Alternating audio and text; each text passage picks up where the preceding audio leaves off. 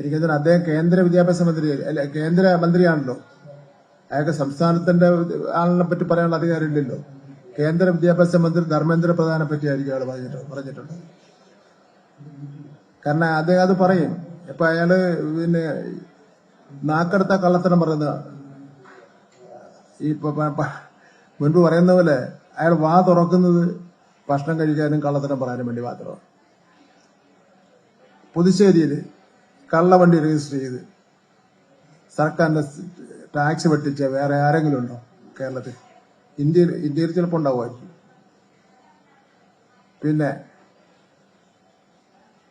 കള്ള വോട്ട് എല്ലാവരും അംഗീകരിക്കപ്പെട്ട ആളാണ്. ഞാനൊക്കെ നല്ല വോട്ടിൽ ജയിച്ചു വന്ന ആളാണ്. യഥാർത്ഥ വോട്ടിൽ ജയിച്ചു വന്നതാണ്. കള്ള വോട്ട് കുടുംബത്തെ പോലും കൊണ്ട് കള്ള വോട്ട് ചേർത്ത് അവരെയും കൊണ്ട് അതിലൊരു കക്ഷിയാക്കി ആക്കാൻ വേണ്ടി മടിക്കാത്ത ആളാണ്. ഇപ്പൊ കള്ള വോട്ടിന്റെ ആളാണ്. അപ്പൊ അതുകൊണ്ട് അദ്ദേഹം പറയുന്നതിന് ഇപ്പൊ നാട്ടുകാർ വലിയ വിലയൊന്നും കൊടുക്കുന്നില്ല. ആരും ശ്രദ്ധിക്കാതെ വന്നപ്പോഴാണ് ഇപ്പൊ സിനിമ സ്റ്റൈലില് കലിംഗൻ നോവൽ വന്നത്.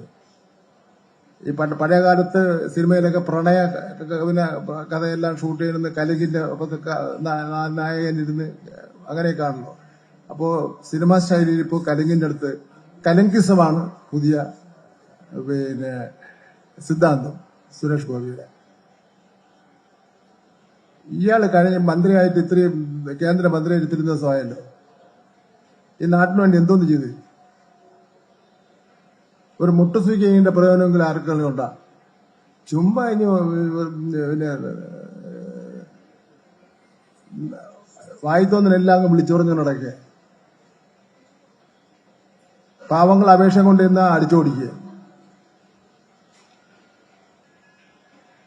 അയാൾക്ക് നാട്ടുകാരുടെ പാവങ്ങളുടെയും പിന്നെ പാവപ്പെട്ടവരുടെയും സാധാരണക്കാരന്റെയും പട്ടികജാതിക്കാരന്റെയും അവരുടെ ഒന്നും പ്രശ്നങ്ങൾ കേൾക്കാനുള്ള സമയവുമില്ല. അയാൾ കേൾക്കുകയില്ല. നിവേദനം വാങ്ങിയിട്ട് പാവപ്പെട്ട ഒരാളെ കൊണ്ടുവന്നെന്ന് പറഞ്ഞ ശേഷം രണ്ടാമത് കൈ കരി കർച്ചയും വിട്ട് തുറച്ചവനാണ്.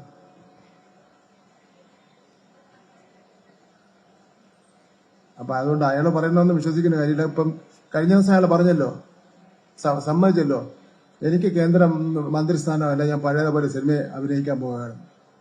സിനിമയിൽ അഭിനയിക്കാൻ പോയാൽ ഇനിയിപ്പം അയാൾ അഭിനയിക്കുന്ന ഓരോ സിനിമയും 8 നിലയിൽ പൊട്ടും. അതിന് ഒരു സംശയം വേണ്ട. അതുകൊണ്ട് ഉള്ള ജോലി വെച്ച് തീർക്കുന്നതായിരിക്കും നല്ലത്. വേറെ നല്ല ചെറുപ്പക്കാർ നല്ല പയ്യന്മാരുണ്ട് സിനിമയിൽ അഭിനയിക്കാൻ. ഇതെല്ലാം കേരളം തള്ളിക്കളഞ്ഞ ആളല്ല. ഇയാളില്ലെങ്കിൽ തന്നെ അഭിനയമൊന്നും ഇല്ലല്ലോ.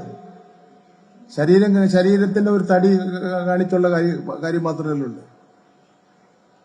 മമ്മൂട്ടി അഭിനയിക്കുന്ന പോലെ, മോഹൻലാൽ അഭിനയിക്കുന്ന പോലെയോ പിന്നെ അങ്ങനെ ഒക്കെ അഭിനയിക്കുന്നതല്ലല്ലോ. അയാൾക്കൊരു ദേശീയാടിസ്ഥാനത്തിലുള്ള സമ്മാനം കിട്ടിയിട്ടുണ്ട്, അവാർഡ് കിട്ടിയിട്ടുണ്ട്. അതെങ്ങനെ കിട്ടിയെന്ന് ഞാൻ പറയുന്നില്ല.